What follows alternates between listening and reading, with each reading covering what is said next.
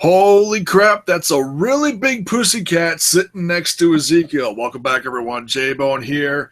Going to be talking some Walking Dead tonight. Going to be reviewing Season 7, Episode 2, The Well. And joining me tonight is Mr.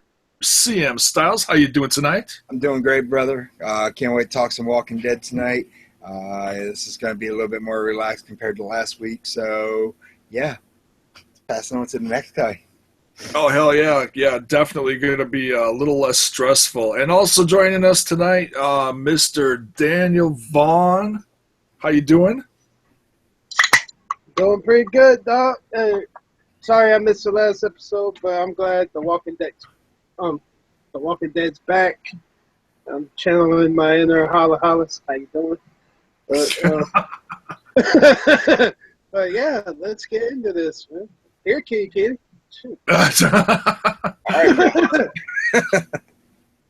Yeah, you know, this is certainly we were just joking about this a little bit before we went live, that this episode was quite the refreshing change up from the nightmarish wrecking ball of the last episode 1, with Negan, killing and slaughtering and bashing brains. And this is the first one in a long time that I actually laughed my ass off to. Before we dive into this, what was your general perception of this one? Did you like it? Did you not like it? What do you say, guys?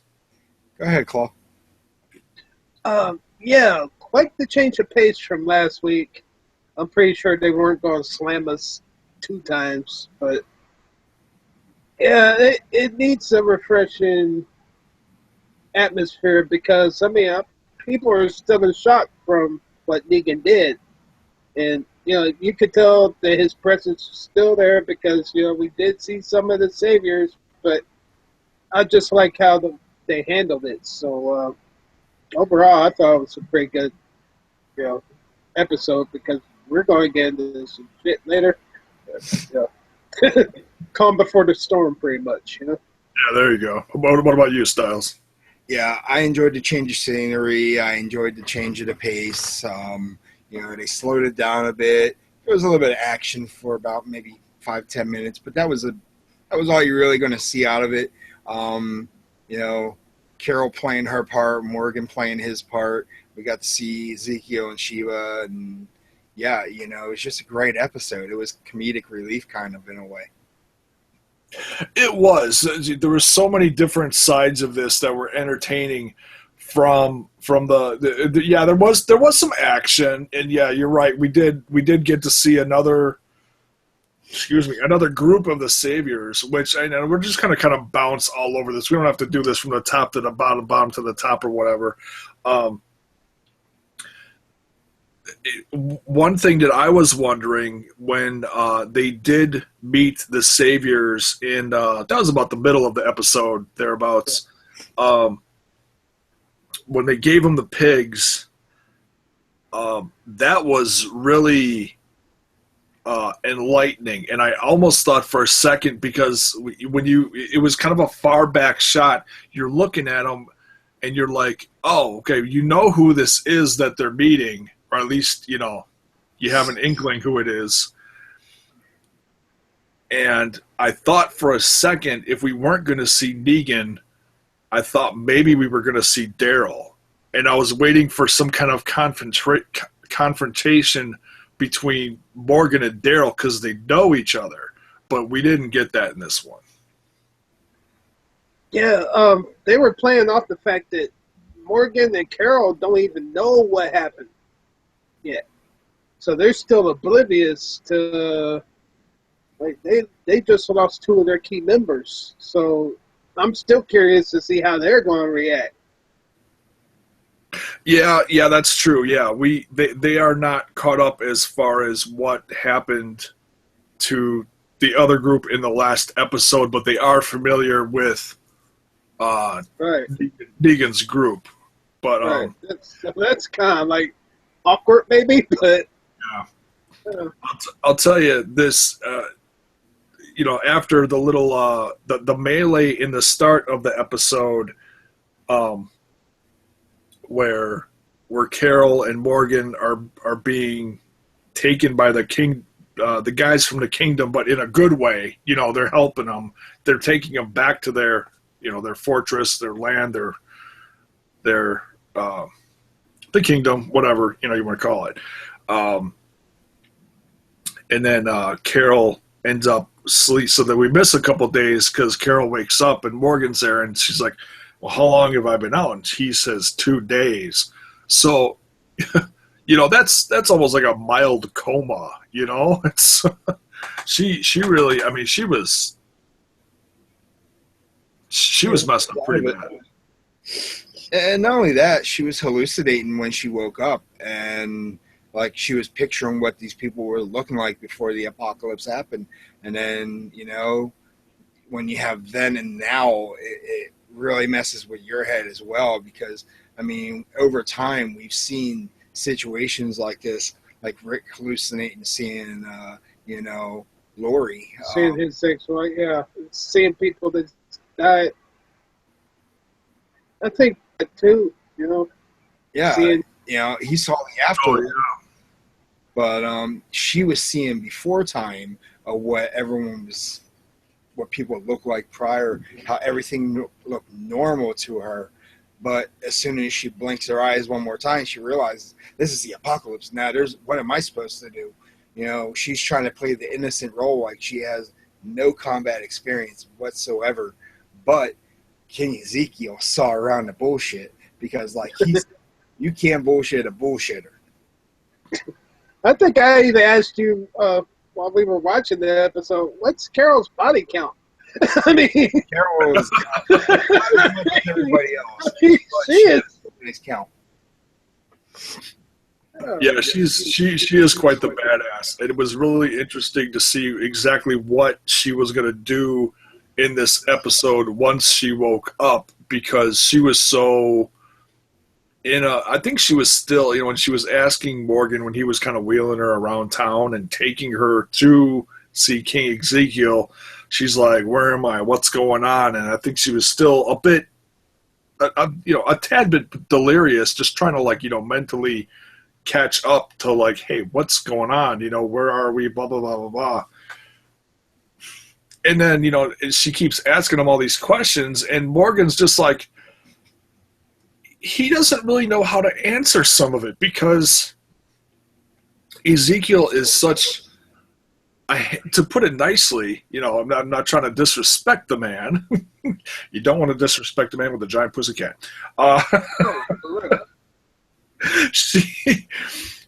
He's like, well, he's got his own thing, you know. It's I'm still laughing about it. This was absolutely hilarious. The fact that he was so, like, over theatrical, very speaking in the old world tongue, you know, the these, the shalls, and stuff like that. What did you guys think of King Ezekiel? I personally, I enjoyed his character. You know, he was trying to play the whole medieval role. Doing that in the apocalypse is kind of weird. The way he was praising the zombies, you know, or I'm sorry, the walkers, you know, how they'll come back to normal via whatever. You know, the way he carries himself is just completely. It's just well made or well put, or as they would say, well said. Yeah.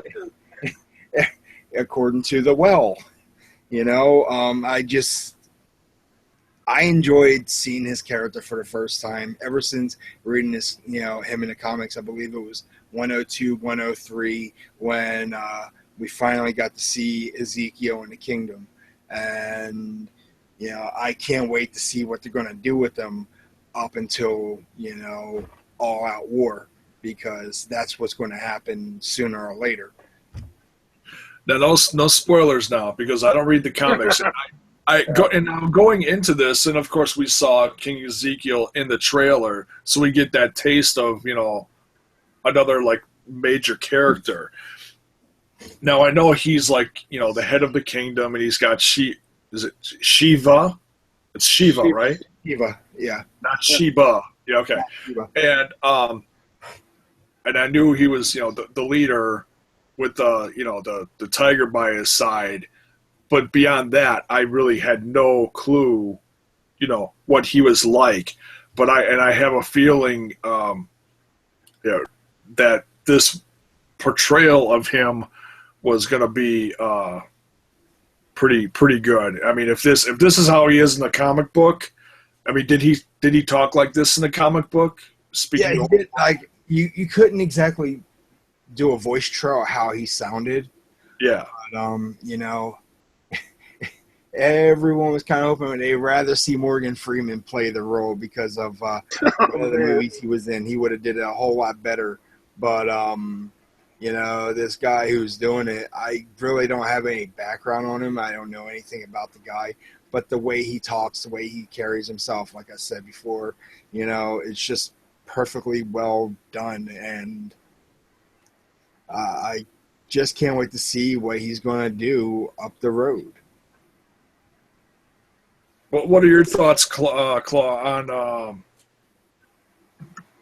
Yeah, well. By the way, folks, if you're wondering why I called him Claw and not by his name, that we're all do podcasts together here and there, wrestling podcasts, and Styles is called Styles. Vaughn, we call him Lion Claw. So that's where that came from. If you folks aren't familiar with that, so sorry. Go ahead, dude. It's just how they introduced him was so different than the way they introduced Negan. I mean, you could tell they're like both ends of the spectrum. And then also to get some of the backstory of how he got Shiva. That was really interesting about how he was a veterinarian at a zoo or something, and then he actually saved Shiva's life. Oh, zookeeper, yeah. Yeah, so I mean that's the backstory was what got me the most interested about seeing what that character's like and how way different as compared to Negan, So.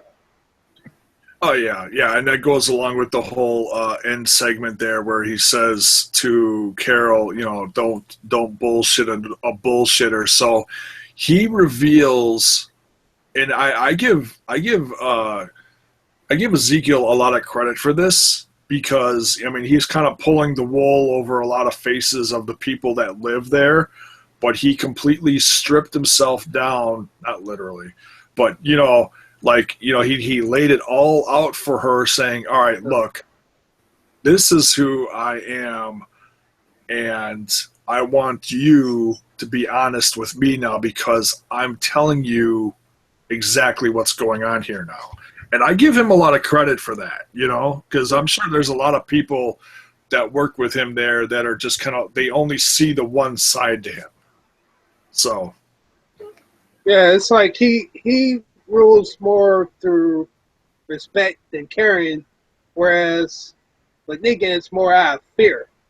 I was telling CM that. So they both get the job done, but I think people would rather go toward Ezekiel quicker than getting their head bashed in, pretty much. Yeah, he seems like a good leader. I mean, from first impression. And usually they say the first impression is the best one. Another thing I'm going to touch on in this episode is right after they introduce King Ezekiel and Shiva, and Carol's like, I don't know what's going on around here in the most incredible way, or whatever she says. However she says it, I laughed my ass off at that. And then they take this group of guys from the kingdom, including Morgan, Ezekiel, and a few of the better, I guess you could say warriors, fighters, whatever, outside the city, and you see the pigs feasting on the dead, and then they see them corralling another bigger herd of like 5 or 6 pigs or whatever it is into like another building and attacking that walker. And I'm watching this and I'm like, what the hell are they doing? I mean, I know pigs do this, but I'm like, okay, seriously, I was like hoping that there was like, oh, Ezekiel's this grand character, so kind and so giving, but he's got a dark side, and he feeds the pigs with the dead. You know, I was waiting for some like morbid explanation, but then when they prepare the pigs, strip them down, and hand them over to Negan's guys, I was like, That was a huge relief, dude. Wow. Meat. That's all I gotta say is tainted freaking meat. You oh know, my god! I was completely blown away by that. What did you guys think by that? That revealing of what they were actually doing with the pigs. Yeah, I'll take this one away. I just think that was a smart strategy, a way to, weaken Negan's forces, a way to knock him down. But sooner or later, Negan's men are going to catch on to what's going on here, and that'll rage a war with them as well. Because, I mean, come on, there's not many resources left in the open world. I mean, factories are shut down. There's no food being produced. The only way to find food is to go out and kill it. And the only way to kill it is by feeding it things. And as the guy said, they were well fed. So this episode, the name itself, just had a completely whole new meaning to the term of well. Everything about this episode was well. And that scene with the saviors and, the kingdom's men was well put together. Yeah, I just had to kill him with kindness. You know what I'm saying?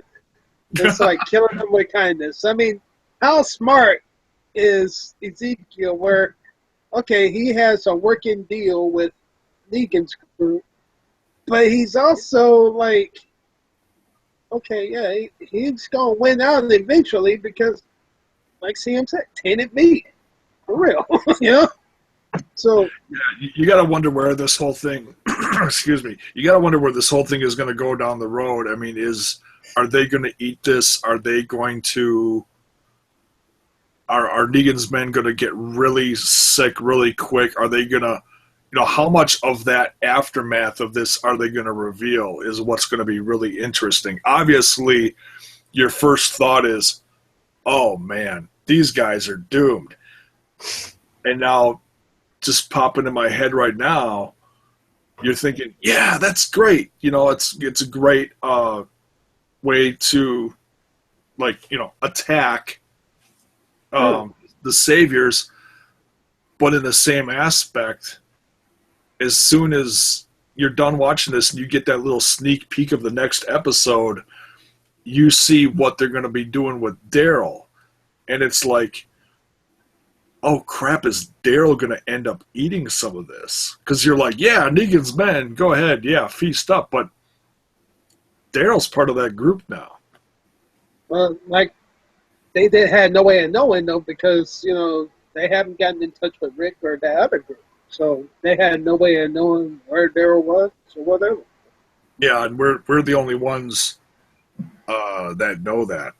So, a nice little comedic moment in this episode was, Carol kind of going around the kingdom, rolling around in her wheelchair, and collecting little things along the way. She got the knife, she got the chocolate bar, she was talking with somebody doing laundry.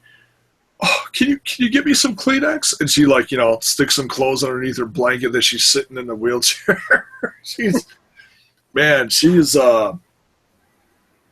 seriously, how some of these actors in this show don't get Emmys is beyond me. What'd you think of Carol's little act? There's some type of ulterior motive. I mean, who knows what Carol is thinking? I mean, we've been curious about that for a while now. I still have no idea what she's up to or whatever. But you're right. All these guys in this show, uh, Emmy Emmy worthy. So yeah, they play their parts. They play it well. Yeah. No pun intended. Yeah. What do you think, Styles, of Carol in this episode? Typical Carol. Multiple personality Carol. One episode she's a warrior, the next one she acts like she's completely innocent and angelic, and I'm like, all right. We've seen this before, and like I said earlier in the show with King Ezekiel, you can't bullshit a bullshitter, and that's exactly how she's been playing it. How do you make it this far, acting the way she did there? There had to been some ulterior motive that made her become the person she is. She's faced her demons, and then when she finally came out to Ezekiel, she's like, all right, you got me, you win, whoop-de-doo, now what? But yeah, I'm enjoying her character, the way that they let her go near the end. She's going to be out on the road doing, survival things, clearing out the dead, burying the bodies, doing what needs to be done. But she still needs to try that pomegranate. So, I mean, you can't say no to that. But yeah, I'm really hooked onto her character. But I think her character is going to disappear here real soon. You got that feeling? Like we're not going to have Carol around much longer? That's exactly what I'm getting in my mind. The way that they're playing this out, I think she's going to take Morgan's death. I actually thought she would have been gone a lot quicker than that. So for her to actually still be around, it's surprising me. And she's still in the same old tricks. But like CM said, I mean, she's run out of luck pretty much. Pretty much. Yeah, it's hard to tell. Or I mean, it wouldn't work on Ezekiel because I mean he sees through all that, Yeah, and it's also going to be interesting to see what her relationship is with Ezekiel after this episode, because he shows up at her doorstep, and and that's not necessarily, I don't know. It's kind of hard to tell if that's actually going to be like her house. Maybe so she'll be close to them, but she won't be part of them. Maybe that's what Ezekiel meant, and that's why Morgan took her there, as in, hey, you won't be a part of us, but you'll still not be too far away. Yeah, you won't be too. We'll still be there if you need us. Right. We got your back, but you aren't going to be too far off, So. Yeah, so that's I think they're supposed to be hooking up anyway. Her and Ezekiel. I've heard rumors about that they were supposed. Oh, that could be. Yeah, because notice he brought the. And she did have a little smile starting on her face too when she saw him. So I mean, a little hint there. Yeah, and I think that breaking down some of those walls is kind of what Ezekiel was doing over the course of the episode, and trying to get to know her, just to say, hey, this is me. Now I want to see the real you. So, yeah, we could very well be getting to see some kind of blossoming relationship between the king and Carol. And obviously Shiva would be standing guard at the door if he was going to share anything else other than a pomegranate with her. So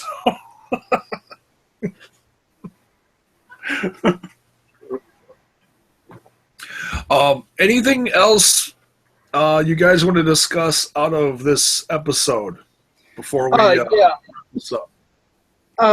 the way that they pulled Shiva off with the CGI and practical effects. Oh yeah, I was going to ask you guys, what did you guys think of Shiva? I was intimidated. I thought that was a real damn tiger for real. I mean, that's how well they pulled it off. I mean, that looked outstanding. Yeah, I believed it. It looked just like when, AMC is finally getting that budget for, the Walking Dead's crew to where they can use better CGI, better special effects, and, seeing Shiva, which might be a one-time thing for us for now, just seeing her was just ecstatic, man. Very. I mean, the way they pulled it off. I mean, the effects crew, hats off to them. Visual effects, practical effects. I mean, they all deserve like major props for that. Yeah, I think it was really well done, and it's one of those things where, like we saw in this episode, every time we saw Ezekiel, I mean, it was very important in that introduction where he was sitting up on the stage in his throne, so to speak, with his, I don't know who that was, manservant, whatever you want to call him. I don't know that character's name. That was a critical part in the introduction of Ezekiel and Shiva. But then as the episode wore on and we see Ezekiel doing different things, we didn't always see Shiva at his side. And Shiva doesn't always need to be,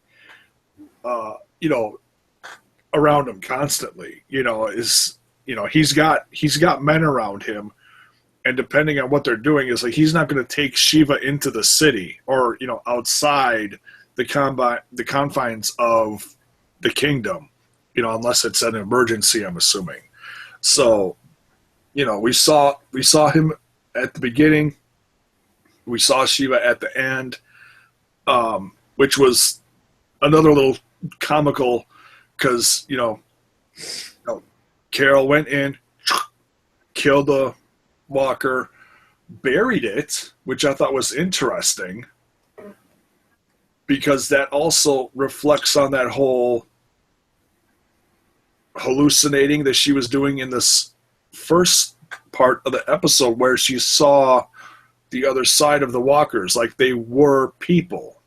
Yeah, treating them humanely, even though she just killed them. I mean, they're still human beings. I've seen other characters do that, but I think Carol took it a whole nother level with that. Yeah, it was just interesting how she did that she's not completely crazy or psychotic or... Yeah, you got some that just totally dehumanize them, and that's how they got through. Yeah. Carol's way is, I'm sorry I had to do this, they're bringing them back to humanity pretty much. So she's getting used to her new home, if that is her new home, I'm saying. And then we hear a knock on the door, and instantly it's like, okay, this is the end of the episode, so you're like instantly like, oh crap, who is it? And then you hear Shiva roar, and you're like, okay, we know who's at the door.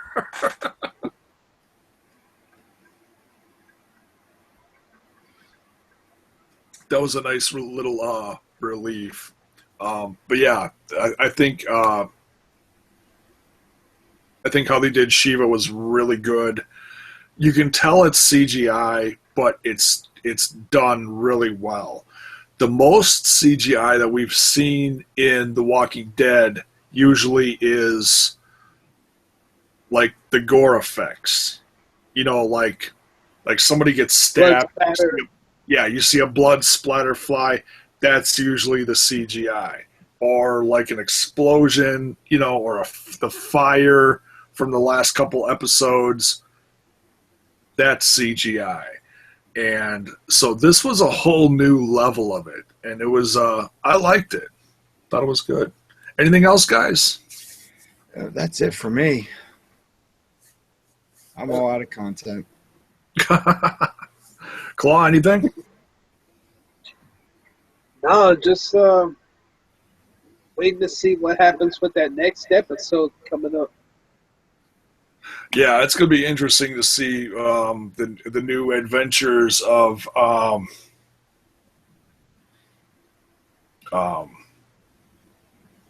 Norman Reedus's character, and oh my god, why am I drawing a blank? Daryl, thank you. Wow. Yeah, it's been a long day.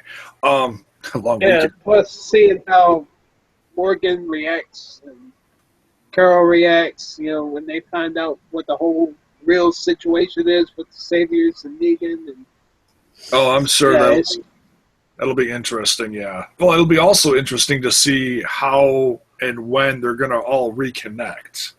I don't think that's going to be overnight either. Oh, no. So that's going to do it for this one. For Mr. CM Styles and Mr. Vaughn, or Mr. Lion Claws, we also like to call him. I'm JAYBONE. That's going to do it for this. Thanks for watching. We'll see you next week for another grand review of The Walking Dead right here Sunday nights. Thanks a lot. We'll see you next time. Later. Peace. Deuces.